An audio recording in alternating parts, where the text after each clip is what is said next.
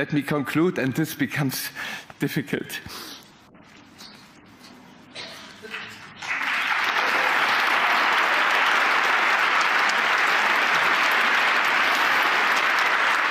Засилват се подозренията, че цялата модерна европейска политика всъщност е част от необявен конкурс за превръщането на една велика цивилизация в караоке за кретени.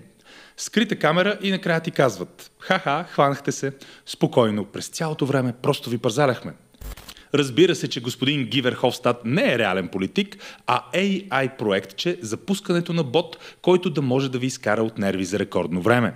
Имаме си работа с нещо като обратните от Мстители, Батмани и Супермени, в смисъл, че са като комиксови герои, но вместо да спасят света, те го унищожават. Време е някой да излезе и да каже, че сме участвали в огромен социален експеримент, но сега сме издържали теста и всичко ще бъде нормално. Както беше един от лозунгите на Алтернатива за Германия, между другото. Германия, но нормална. И така за цяла Европа. Ето, например, милионите млади мъже, поканени от Мути Меркел преди години в разгара на мигрантската криза, ще се окажат просто добре платени статисти, които нямат търпение да се върнат по родните си места в Афганистан, Сирия и Субсахарска Африка. Няма вече цензура, арести за Фейсбук, постове и различни мнения, отмяна на избори и преследване на политически опоненти. Зелената истерия ще се окаже, че е била просто холограма и програма, за да се провери докъде стига прага на търпение на европееца. Целият този coworking space за гражданообразни екземпляри от вида Homo Еврокомисарикус Грантикус Лунатикус е просто част от симулацията.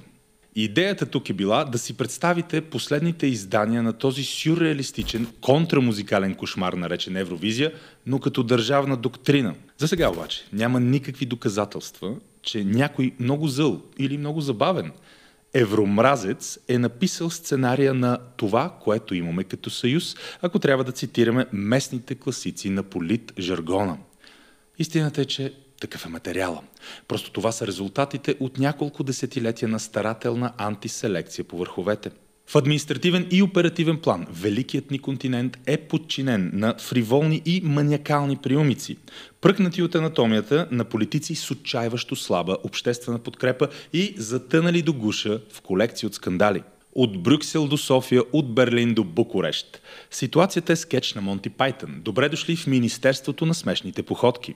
И какво се случи в последните дни? Забавно определеният като центристко-умерено консервативен блок, воден от Фридрих Мерц, спечели под 30% от гласовете на изборите в Германия, но все пак е на първо място. И Хер Мерц вече говори като новия канцлер.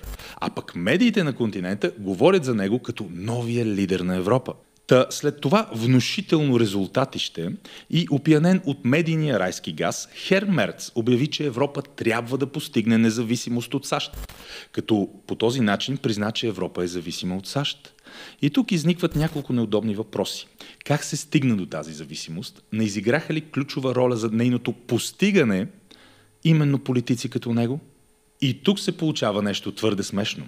Еврократите са фрапиращо фрустрирани от това, че Тръмп и Мъск, меко казано, не уважават дизайна и характера на този Европейски съюз в тази му версия и форма и с тази Европейска комисия. Но сякаш не искат толкова и точно независимост, а по-скоро копнеят за старата зависимост към предишната американска власт. Така следва да се тълкуват и думите на Хер Мерц. Искаме си другия господар. Предишния режим. Защо американските гласоподаватели ни лишиха от кралица Камала? Като под кралица Камала те имат предвид продължаването на онзи административен режим на цивилизационно разложение, слагащ си за номинални лидери кариерни политикани като Байден и Харис, от които де-факто не зависи нищо.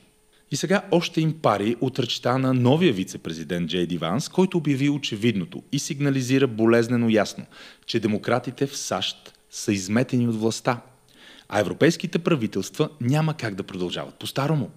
С цензурата, с безумията и демонстративното презрение към собствените си народи. Така стигаме и до острието на европейската дипломация Кая Калас. И тук веднага усещам, че някой иска да ме поправи и да рече, че тя не е точно острие. Едни съвсем други определения изникват, когато другарката Кая Калас заговори. Но тук ние не сме сексисти. Нямаме и антиестонски сантименти и за това ще оставим на вашето въображение останалите сравнения. Но да, нещата са много зле. Каякрацията е удивително слаба и немощна форма на европейска политика и е време да престанем да се правим, че това не е така. Ръководителката на европейската дипломация отиде до Вашингтон за важна среща с държавния секретар на САЩ Марко Рубио и съответно не стигна до важна среща с държавния секретар на САЩ Марко Рубио. Човекът не е успял да я вмести в твърде натоварения си график. И е негова загуба, защото сега няма да е чул как Кая ще цитира Урсула за ракетите и чиповете от перални, нали така? Трябва да призная, че и аз на мястото на Марко Рубио вероятно бих пропуснал дипломатическите усилия на политик като Кая. Ала никой от нас не трябва и не може да пропуска пропаста между европейския интерес и европейските управления. Казахме за Германия и Мерц, ето малко официална информация. За първи път от 1979 година германската Бундесбанк е на загуба. И малко друга официална информация. Европейската централна банка е на рекордна загуба за миналата година. И според британското издание The Daily Telegraph, същата тази Европейска централна банка се готви да спасява Франция, чието национален дълг нарасна от 96% от брутния вътрешен продукт през 2014 година до над 113% към края на 2024 година. На този фон сякаш безтегловната българска власт, по силата на някаква зловредна инерция, ни тегли към влизане в еврозоната и то от 1 януари 2026 година, след броени месеци. На фона на историческо-политическо пренареждане, мистификации с фискалното състояние на страната и в разгара на сериозна, структурна криза в сърцето на европейския проект. Сякаш са чули речта на Джей Ди Ванс за вслушване в мнението на европейските народи и се решили да направят обратното. И сякаш някаква странна сила парализира умението на властите по целия континент да осъзнаят какво точно се случва и да действат подобаващо. Отличителната черта на модерната европейска политика е мазохизма.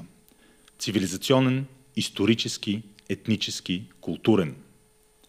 Някакъв елит, създаден в съмнителни условия от Демократическата партия в САЩ и с парите на американските данъкоплатци, продължава дълъг експеримент по зачеркване на континента. Фридрих Мерц хубаво говори за постигане на независимост. Но Европейският съюз трябва да постигне зависимост. Зависимост от интересите на европейските мъже и жени. Зависимост към средните класи и работещите хора, които никога не са гласували за демографска замяна, протеиночтурци и регулации на размера и формата на зеленчуци и плодове. Никой никога не е гласувал за самолети с мигранти по Дъблинското споразумение и гъста НПО мрежа за саботаж на сигурността по границите.